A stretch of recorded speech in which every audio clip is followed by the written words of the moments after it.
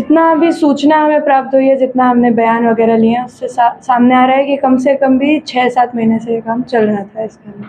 आज का पीसी मूल रूप से हम लोग पुपरी थाना के अंतर्गत हरदिया गांव में पड़ता है, सिंगाई रोड। वहाँ का मकान है, मकान मालिक का नाम है सुनील कुमार, पिता हरिनाथ झा और उसकी पत्नी है पूजा देवी और उनके पति सुनील कुमार। सिंगाई रोड में इनका मकान है। इनके मकान पे अनैतिक हासिल किया जा रहा था नाबालिग बच्चियों के साथ, जिसके हम लोग गुप्त सूचना प्राप्त हुई थी, जिसके आधार पे हमारी पुपरी थाने की टीम, मैं सुश्री दीक्षा मैम थी और हमारे रामी ने थाना प्रभारी जो पूर्व में थे और भी सुरक्षा बल के साथ हम लोग वहाँ पे रेड किए। रेड में इन लोगों को आपत्तिजनक स्थिति में हम लोग पाए और जिससे इनकी गिरफ्तारी की सुनिश्चित की गई है।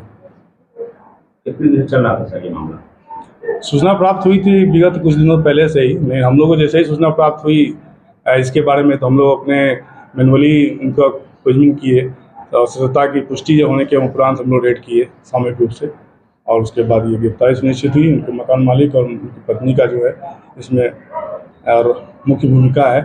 टोटल कितने लोग हैं, कितने लड़की लोग? 6 लोग हैं, मूल रूप से 6 लड़की और 6 लड़के। क्या अपील करना चाहेंगे वैसे मकान मालिक को जो इस तरीके से अवैध धंधा करवा? अपील मुख्य रूप से यही है कि ये सतर्क बरते। ये सामाजिक रूप से अनैतिक कार्य है और इलीगल भी है। इनको पैसे नहीं दे, इससे समाज में भी गलत प्रवृत्ति फैलती है और तो इसमें सतर्कता रहे और अपने भी संदेश दूसरे को दे, सतर्क रहे मूल रूप से। क्या सभी लोग को जेल भेजा जा रहा है? बिल्कुल, अभी भेजा जा रहा है। मैडम, बड़ी सफलता हाथ लगी है पुलिस को। कितने दिनों से ये धंधा चल रहा था? जितना अभी सूचना हमें प्राप्त हुई है, जितना हमने बयान वगैरह लिए हैं, उससे सामने आ रहा है कि कम से कम भी 6-7 महीने से ये काम चल रहा था इसके अंदर। आसपास के लोग काफ़ी त्रस्त थे, इसीलिए शायद उन्होंने अब अंत में हमें बता दिया, इन्फॉर्म किया और थोड़ा गुप्त सूचना वगैरह हमारे पास इस वजह से आ पाई। इस वजह से हम रेड कर पाए और पता लगा कि यहाँ पे काफ़ी अवैध तरीके से काम चल रहा है।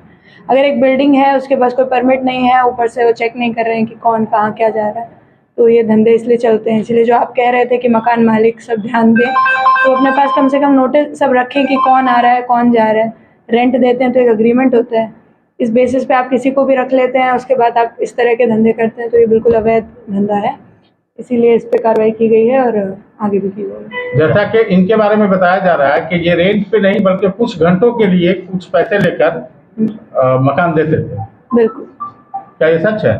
हाँ, यही सच है। सामने सभी से बात करने के बाद, सारा सत्यापन करने के बाद ऐसा मालूम चला है कि कुछ घंटे के लिए ये लोग इस रूम्स को दिया जाता था।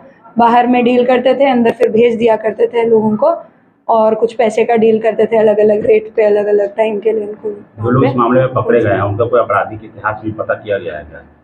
अभी तक कोई सामने नहीं आया है, जितना प्राइम ऑफिस आई है, बाकी और डेप्थ में जाए।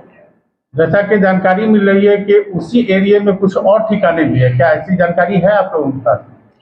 अभी तो इस तरह की और सूचना नहीं है, सुनने में आता है लेकिन कुछ पुख्ता खबर नहीं है।